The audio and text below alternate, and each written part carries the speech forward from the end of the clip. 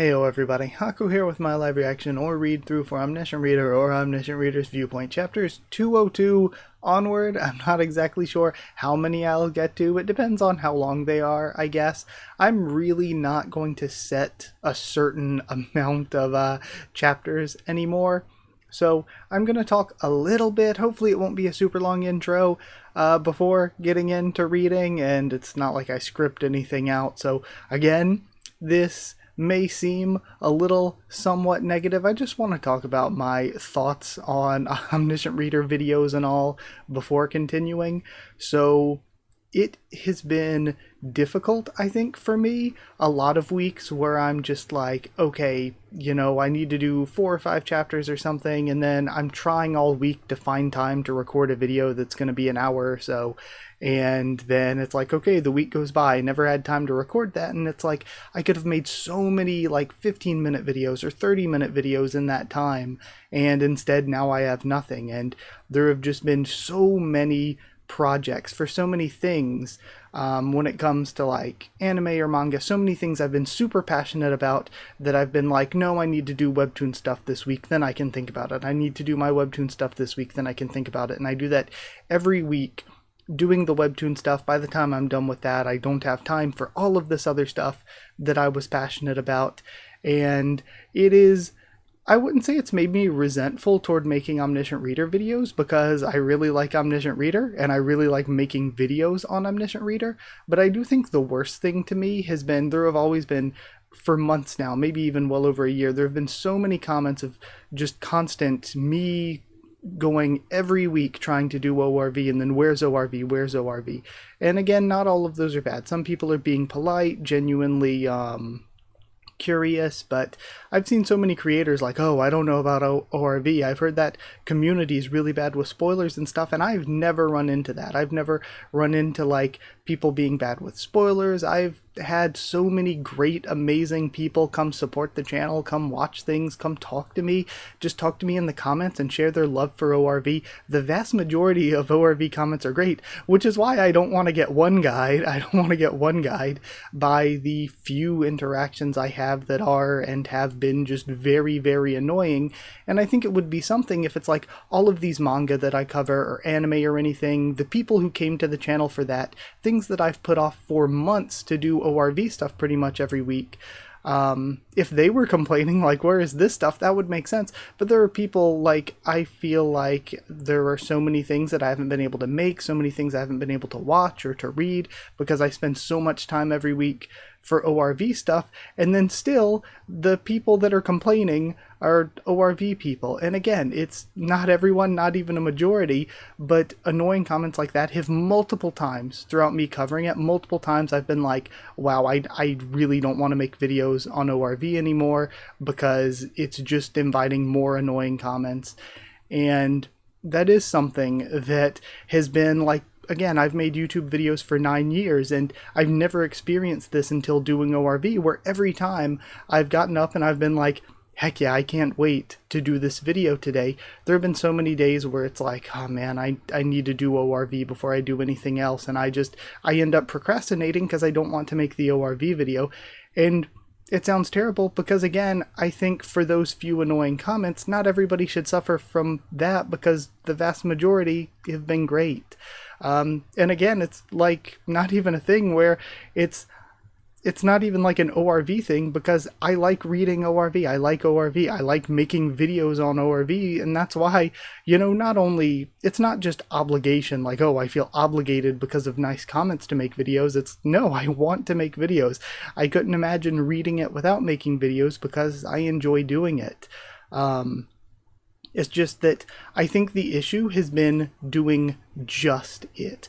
I think the issue isn't making ORV videos, because that's something I enjoy. The issue is making ORV videos at the expense of not having time to do so many other things that honestly I've been way more passionate about at times, and putting off other things has kind of been the issue. So I think that's why from now on, like, especially when we're so close to being caught up, we're 40 some chapters behind, instead of like trying to do, I think I'd move through the series and get caught up quicker if instead of trying to do like 4 or 5 videos and make a super long, like hour-long video or anything.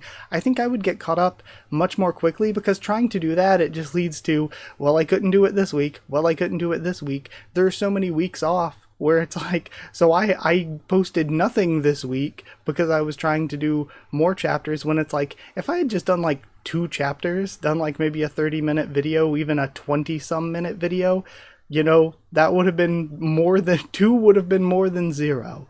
So I really do think from now on, I'm just going to do however much I feel like I have time for. And if it's only like 2 chapters, like 2 chapters every week is better than trying to push for 4 chapters and having to take weeks off, I think. Especially when it comes to, like, here's the thing, not only do I still want to make reactions to ORV, I really want to go back through and do like in-depth reviews. I really want to do like other sorts of side videos. Once I get to 220, I've said a bunch of times, when I get to 220, I want to do another character ranking. So I still want to do all of that. So we're still going to continue to do all of that. So I think right now I'm just going to do like 2 or 3, maybe 4 or 5 if I have plenty of time that week. Just do however much I have time for each week. And then as we move through doing that, once I do the character ranking at 220 and we're getting up into the 230s and 240s, at that point, like, we're pretty much caught up anyway. And instead of being caught up and just waiting and doing 1 chapter a week, I think once we're in the like 230s, 240s and pretty much caught up, I could just do like, you know, 2 or 3 chapters this week. And then, you know, the next week I'll do an in-depth review or some other side video for ORV, then 2 or 3 chapters again, and then another side video or something, just so it's not all reactions. And then, too, we don't have to worry about being caught up and then having to wait. So I think that's what I'm thinking about for right now. So for now on, in the future, don't expect a bunch of weeks off. Don't expect a bunch of super long breaks. I mean, I am only human with a limited human amount of time, so I probably will at some point, like maybe around holidays or something, maybe have to take weeks off, but I don't really plan to take weeks off of ORV anymore. It's just that though I'm not taking weeks off, I'm not really planning to do like a bunch of super long, hour-long videos, I think, is where I am. And even then, like I said, it's not like we're super far from catching up. If I do 3 chapters, today, I think 3 chapters will be all of May 2024, and I'll be on to June 2024. So then if I did all of June, like if I had time to do 4 chapters, it's like, well, there's all of June. Now I'm on July. So, you know, in a few weeks even, we could be caught up to this stuff. Also, one last thing, sorry for the kind of long intro, one last thing before continuing on. I did reread a little bit. I didn't reread like the whole series or anything, but I reread a little bit just to make sure I was refreshed, and I wasn't really forgetting anything anyway. But I did want to bring up and thank Lucky, who made a template for like a best girl waifu tier list. I ended up not having time to do it, and now it's been a month since Valentine's Day, but I did just want to thank them for going through all of that trouble and for making that, even though I didn't have time to get to it. So yeah, either way, thank you all. That, not like, I don't know, I usually don't think about things this way. I'm usually like, I'm just going to make something that I enjoy and want to make and not really care how it's received, because the people who like it will like it. But again, I don't really know how much the ORV fan base or how much the story leans into that, or how much people would even care for something like that to begin with. But again, just let me know what you think. But either way, super sorry for the long intro. Let's start reading 202, and then, like I said, I'll try to do 2 or 3 this week and see what we end up with. This one probably going to be a little bit longer than 30 minutes, just because I spent so long on the intro, and I don't want to take that intro time away from the time you all get with actual ORV discussion. So, we're starting off with, I want to succumb to that fate you want to force upon me. I'll be the one to decide how my own story goes, and that's where we ended last time. Ki. You poor constellation. You'll kill your father by your own hand. Bring upon your mother's Bring upon your mother's demise, and watch the things you hold precious fall to pieces.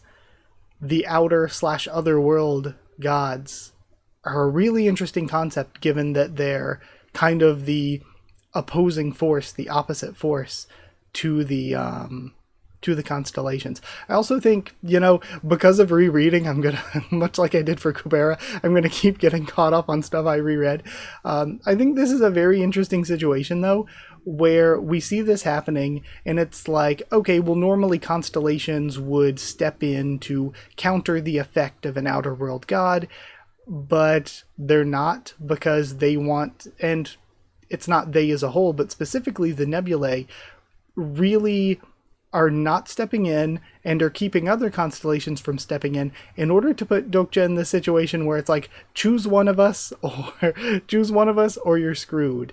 And an ultimatum like that, or creating a situation like that, Dokja's like, this is why I can't get along with the constellations, or this is why I can't forgive them, this is why I can't forget that the constellations are bad. And I think it's a good reminder to us as an audience as well, because we see so many like nice or fun constellations that it's a good reminder the constellations are kind of Dokja's enemy. They're kind of the bad guy here. And now we have, wow, that's pretty brutal on Jihye there. Everyone getting hit by the probability storm caused by it coming in, I guess, or maybe just caused by hearing its voice and everything. Once that thing's done descending, the entire second floor of Dark Castle will be erased. This is different from what happened in Peaceland. This time there is no master that will come to the rescue of his pupil that's fallen into danger. Damn it. What am I supposed to do now? We have a bit of Goryo's top swordsman. Those pathetic bastards. Chuk Young Young. Oh man, I'm not used to going back to the Korean names. You haven't changed at all over hundreds of years. Founder's mother, why'd you make a deal with the otherworld gods? Since when has Hongik stooped so low? Why don't you say something back? It wasn't the otherworld gods that I made a deal with. He's surprised. I couldn't help but do this to protect the Korean Peninsula scenario. That incarnation must stay here. He can never return to the Korean Peninsula. Otherwise the nebula... Did you make a deal with the other nebula? Are you still so obsessed with that small plot of land that you're willing to betray your descendants for it? Where have all the gods of creation gone? Why isn't he showing up when things have gotten this bad? The gods of creation, and then Dokja gets a window pop-up. Could it be? Some nebulae have declared whoever helps Goryo's top swordsman will be regarded as their enemy. So again, they are preventing others from stepping in, trying to force Dokja's hand. You have every right to be proud. Those who stand in the highest place in this world are all afraid of you. What good is pride when I'm about to die now? You won't die. I won't let you die. Also, I mean, the fate was that he wouldn't die if he didn't pass the scenario. So as long as he isn't passing, he isn't dying here. And he's getting hit with text. It looks like he fully mantles into his body. Alright, chapter 33, Reading Again, part 9. We're still on Reading Again. He was born for great things. He's destined to be a warrior. You've come to know the story, the one who inherits the blood of dragons. It's Chuk Young Young. Chuk Young Young has appeared. You've come to know the story, the one who defeated an army with a single sword swing. He defeated 36 generals all by himself. You've come to know the story, the butcher of the battlefield. He's too strong. Exclude him from the scenarios. Do whatever is necessary to ship him off to another world. You've come to know the story, exiled from the scenarios. And Dokja looks through the window. I was just like you. Place a fate on him. He must die here and now. And of course, we learned a chapter or two ago that the reason they're putting the fate on Dokja is because they can't see his future. So again, Dokja's a special, like, I was gonna say a special scenario, but then scenarios are like capital S proper nouns in ORV. He's a special scenario where Dokja is a reader. He's like outside of this. The person who wrote this into happening is somebody whose story that Dokja was reading before he became part of this world, or this world became a part of him. And I wonder how similar the swordsman is, because we learn swordsman was taken out of the scenarios, but like it made his way back in from another world. It can't be. You've come to know the story, the one who fights against fate. So again, it's almost like somebody has done this before. I always knew that Jung was treated unfairly, but I didn't know he suffered from fate just like me. Story the one who fights against fate will begin. Now, the fate that was put on me wasn't as heavy as the one you're under now. It was just one nebula who did that to me. Thanks to help from Hongik, I managed to survive. But I still regret it, or I still regret what I did. I shouldn't have received help from any nebula back then. That's the reason I'm helping out now. Okay, so the difference is that when he came into this situation, he sided with one of the nebula, and now he's like, that was the mistake I made, and letting, or at least lending a hand for Dokja to not make the same mistake. We have the Roar of the Outer God. It's a nice sword. I'll be borrowing it. And he's going to go for the one swing. I do feel as though a little bit of the effect, maybe it's different reading the novel, of course, like a little bit of the effect, a little bit of the hype of the swing and stuff, and of his body being taken over by the swordsman and stuff, is kind of lessened to me, because it feels like we haven't had enough time between it. It feels like we just had where he was using the swing to escape and everything, and now we're immediately kind of doing it again. Like, it would be hype if we had like 100 chapters in between. It's like, oh, it's been a while and now he's doing this really cool thing again. It's a callback to that. But it does feel a little bit like it's like, okay, we kind of just had something similar. We're kind of just moving quickly from one thing to the next. Unbelievable. With this power, I might actually have a chance at winning. And then he jumps up towards it. And the scale is absolutely massive here. Would I be able to kill something that big? I am Chukyoung. I'm the greatest warrior in all of the Korean peninsula. The second sword. He swings and cleaves into the tentacle multiple times over. And is it maybe going to leave? You can say, okay, never mind. Mountain splitting, second slash. And that's where this one ends. Alright, good. Kind of a bit of good stuff between Dokja and the swordsman. Again, I like the parallels drawn between Dokja and the swordsman. I do think maybe we should have just had a bit of time between things. It feels like we moved extremely quick from one thing to the next, but this is a webtoon adaptation, so it might have been paced a bit better if you're reading it like in the web novel, kind of weekly. I think that maybe would have been paced a little better. This seems a little bit, like, and again, it feels weird to complain about pacing too fast, but this seems a bit brisk when it comes to like letting things sink in, or spacing out between these big moments that are kind of similar to one another. And I feel like the emotion for me for Dokja was more there and more impactful for him as a character when it came to the first slash compared to this one. I feel like that one just felt more emotional to Dokja as an individual. But yeah, and then the second, bit of this was just really heavy action stuff that's kind of a lot of big shots, scale cutting through and everything. So nothing too, like, crazy. But either way, we still get to read more, so let's go check out the next one. Next up, we start chapter 203. I love when Omniscient Reader does these types of title splashes. Some of them have looked really, really gorgeous in the past. And we see a bunch of the segments of tentacles that have been cut off from it, as we get a shot kind of looking back through the mountain as it crumbles. Everything starts hitting the ground. Reading again. The Probability Storm, Part 10. And it's starting to hit Dokja. Constellation, Goryo's top swordsman, has fixed his gaze on you. You're much weaker than I expected.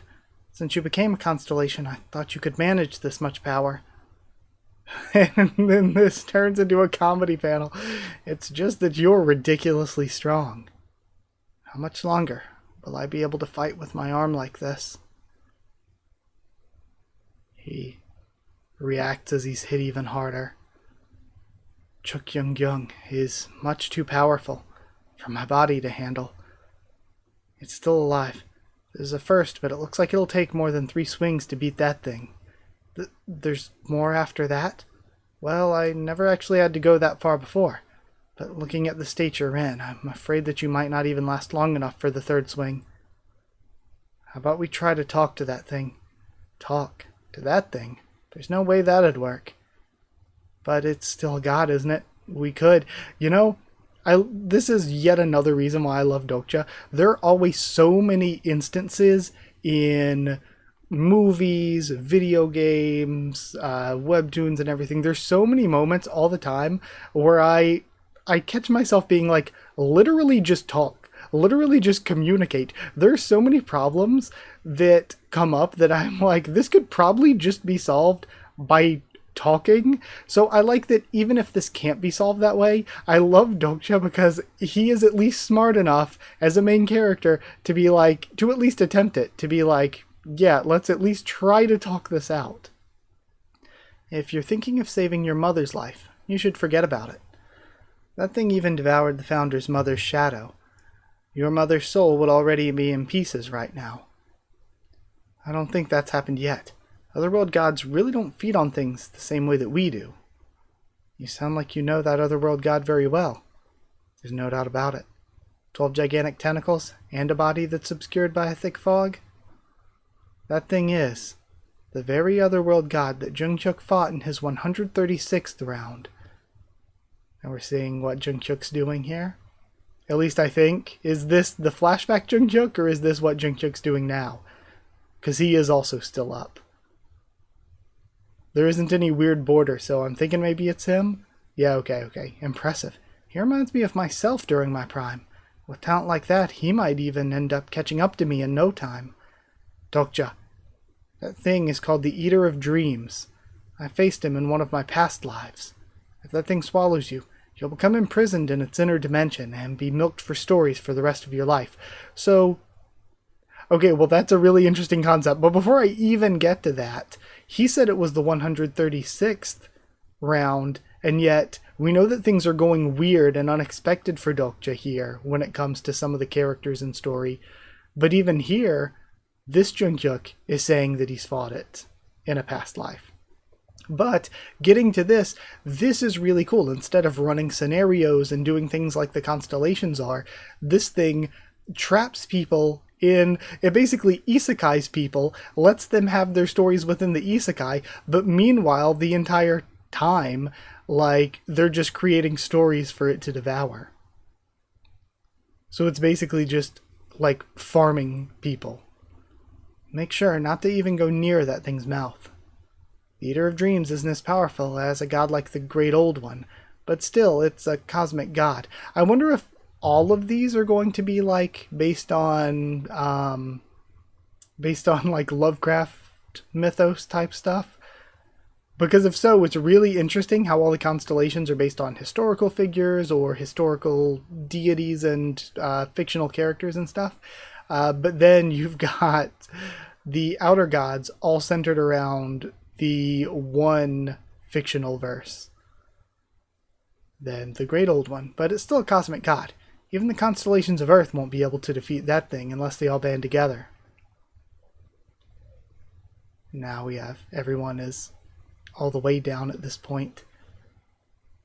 We see an eye peeking through as it descends further. If it completes its descension, even I won't be able to do anything about it. We must strike now. And he's presumably going to, oh no, I was going to say he's going to do the third swing and Dokja's probably going to be taken out for a while. But it seems like the probability might not even let him. All this probability thing ever does is get in my way.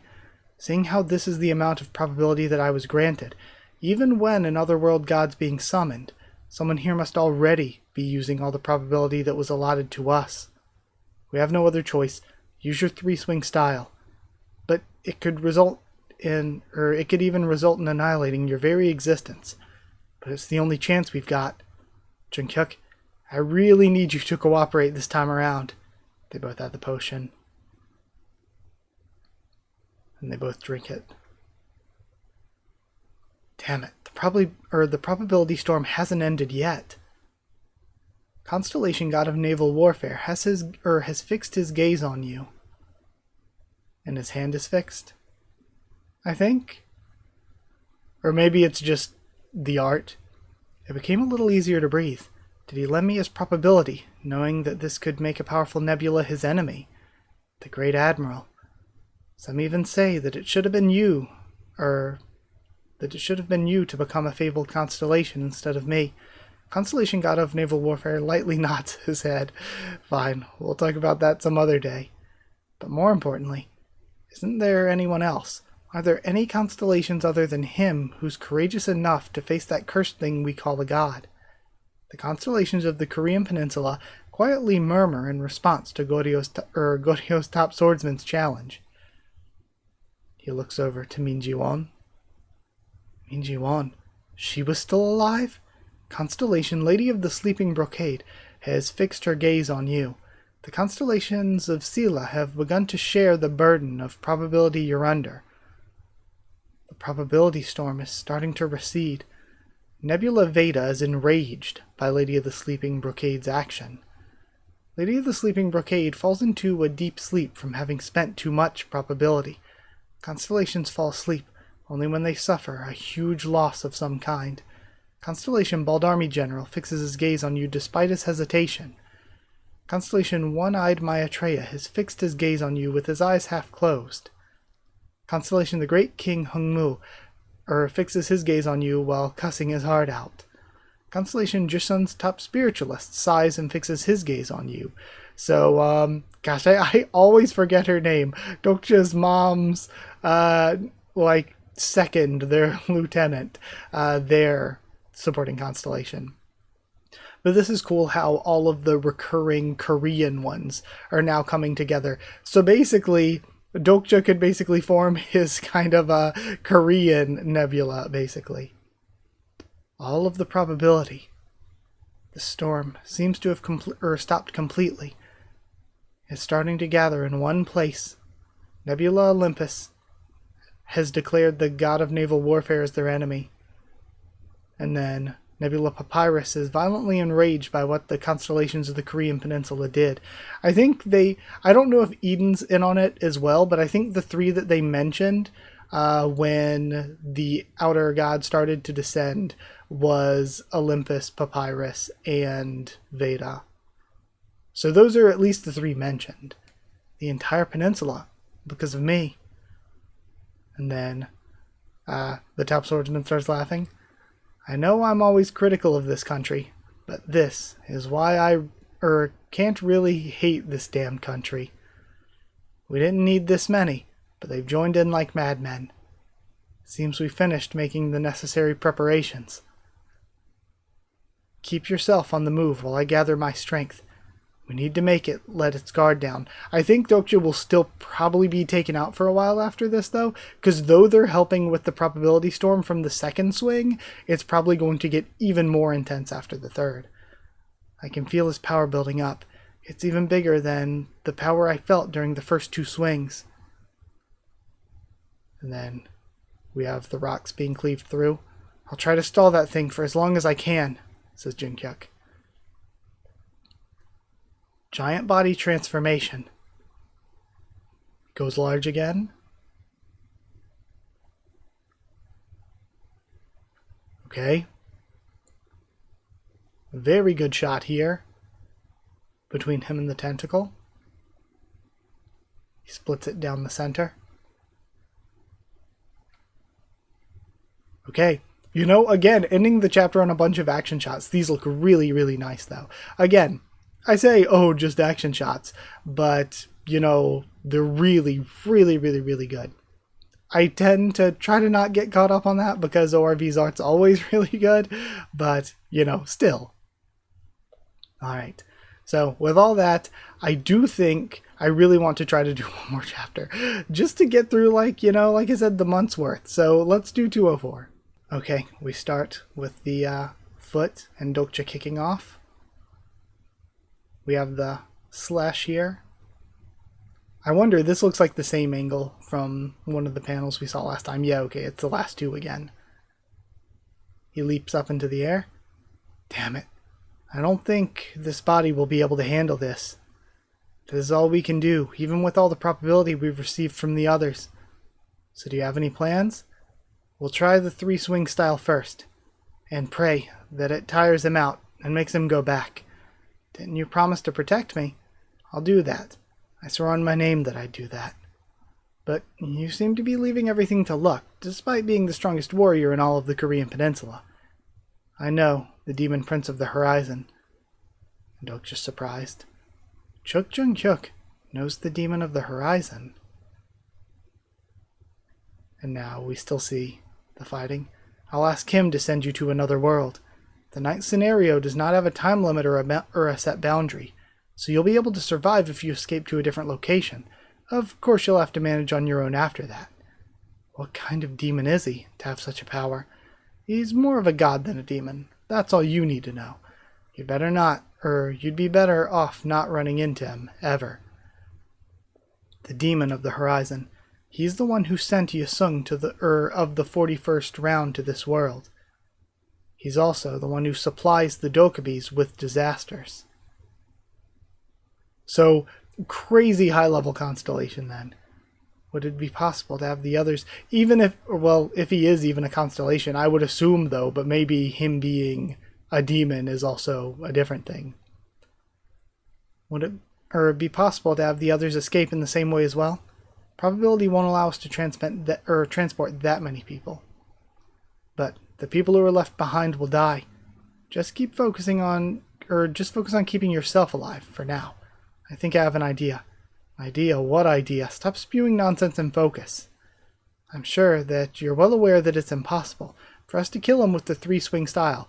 What? And this is kind of insane because, again, if you are a novel reader, you're kind of just getting this conversation, but in the webtoon, you're getting this conversation layered over top of all of these crazy action panels. I'm sure that you're well aware it's impossible for us to kill him with the 3-swing style. What? I don't mean to offend you. I'm just suggesting that we think about this in realistic terms.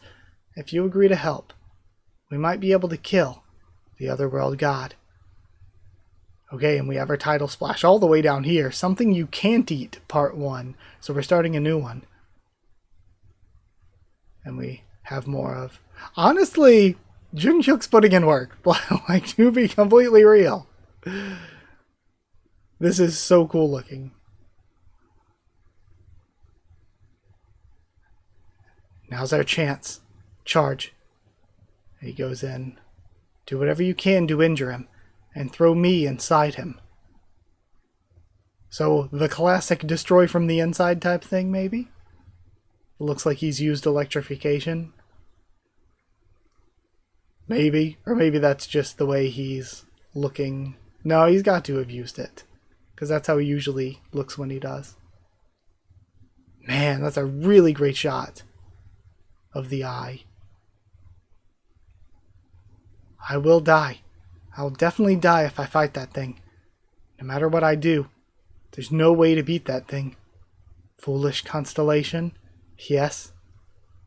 I've taken quite a liking to you, so try not to get yourself killed.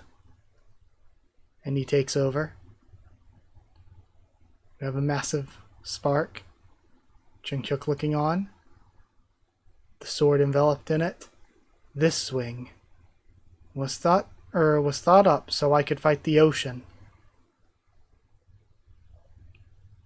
Come on, Otherworld God. And then Jungyung. Jungyung, okay. Chuk Jungyung will cut you down. The third sword. And then we have the line he created spreading out into the slash. Ocean splitting third slash. And again, these shots of the ocean have all looked really good. And it cleaves through what we're seeing there. Just a complete cleaving slash, like lopping off all of the remaining tentacles that were below that horizon line. And that's where we end. Okay, yet again, a cliffhanger on some crazy action stuff. Mostly the chapter was some crazy action stuff. Honestly, all three of these were crazy action stuff.